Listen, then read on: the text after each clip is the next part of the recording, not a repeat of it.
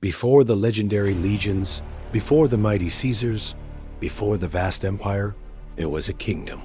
For nearly 2.5 centuries, from 753 to 509 BCE, Rome was ruled not by emperors or consuls, but by kings. But these were no ordinary monarchs, born to a crown. In a system that seems almost modern, Rome's kings were chosen, elected by its people, a testament to the city's early belief in merit over bloodline.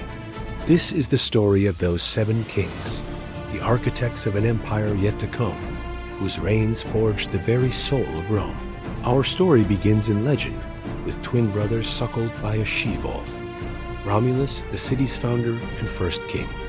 After a bitter feud that ended with his brother's death, Romulus established his new city on the Palatine Hill.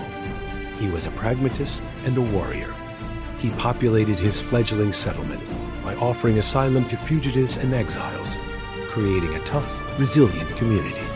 To secure its future, he orchestrated the infamous abduction of the Sabine women, a desperate act that ultimately led to the merging of the Roman and Sabine peoples, doubling the city's strength. Romulus created the first legions, established the Senate as a council of elders, and laid the foundations of Roman political and military life before vanishing in a mysterious storm, supposedly ascending to godhood. After Romulus, the people chose a very different kind of leader. Numa Pompilius, a Sabine, was a man of peace and piety. Where Romulus built Rome with the sword, Numa built it with faith and law. He understood that a society couldn't survive on conflict alone. He established the major priesthoods, created the Temple of Janus, whose gates were open in times of war and closed in times of peace. And most importantly, he reformed the calendar, aligning it with the solar year. His long, peaceful reign gave Rome a crucial period of stability, allowing its new institutions to take root. He taught the Romans to fear the gods and respect the law, instilling a moral discipline that would define them for centuries. But peace could not last forever. The next king, Tullus Hostilius, was the mirror image of Numa. He was a true warrior king, aggressive and ambitious, with a name that literally meant hostile. His reign was dominated by war, most famously against the rival city of Alba Longa. Rather than a full-scale battle, the conflict was settled by a legendary duel between 3 Roman brothers, the Horatii, and 3 Alban brothers, the Curiates. Rome's victory led to the destruction of Alba Longa and the transfer of its population to Rome, massively increasing the city's power. Tullus neglected the religious duties established by Numa, and legend says the gods punished him for his impiety, striking him down with a bolt of lightning. Succeeding the warlike Tullus was Ancus Marcius, Numa's grandson. He was a perfect blend of his predecessors. He respected the religious rites of Numa, but also possessed the military prowess of Tullus. Ancus was a builder. He expanded Roman territory all the way to the sea, where he founded the vital port city of Ostia, securing Rome's access to trade and salt flats. He built the first bridge across the Tiber, the Pons Sublicius, connecting the city's disparate hills, and constructed Rome's first prison to deal with rising crime. Ancus Marcius was the great consolidator, strengthening Rome's economy and infrastructure, making it a true regional power. The 5th king, Lucius Tarquinius Priscus, marked a new era. He was not Roman or Sabine, but an Etruscan immigrant who moved to Rome seeking opportunity. Through his wealth and charisma, he won the favor of the people and was elected king. Tarquinius Priscus was a visionary with a grand ambition for Rome. He drained the marshy lowlands to create the Romang Forum, the future heart of the city's public life. He laid the foundations for the great Temple of Jupiter on the Capitoline Hill, and most famously, he built the Circus Maximus, the colossal chariot racing stadium that would entertain Romans for 1,000 years.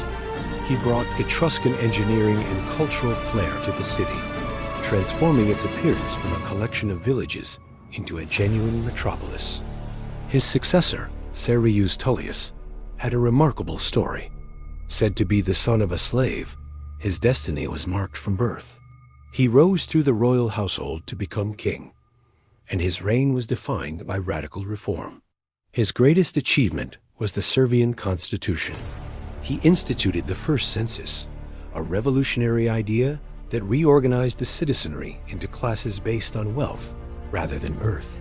This determined a citizen's military obligations and voting rights, shifting power towards the newly wealthy and away from the old aristocracy. He also built the massive Servian Wall, a defensive fortification that encircled the 7 hills of Rome, physically defining the city for centuries to come. His reforms were a crucial step towards a more inclusive and organized state. But this period of progress came to a brutal end. The 7th and final king of Rome was Lucius Tarquinius Superbus, or Tarquin the Proud. He seized the throne through violence, assassinating his father-in-law, Servius Tullius. Superbus was a tyrant in every sense of the word. He ruled with an iron fist, ignoring the Senate and using fear and intimidation to maintain power. While he completed some of the grand building projects his father started, like the Temple of Jupiter, his reign was marked by bloodshed and oppression. The final straw came with the tragic incident involving the noblewoman Lucretia by the king's son. Her subsequent suicide ignited a firestorm of rebellion.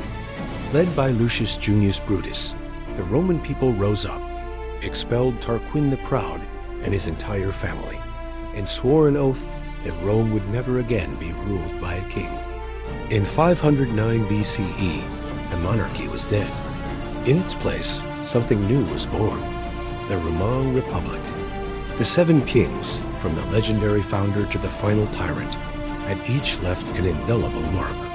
They had built the city, forged its armies, written its laws, and established its gods. They had created the very foundations upon which the Republic and later the Empire would be built.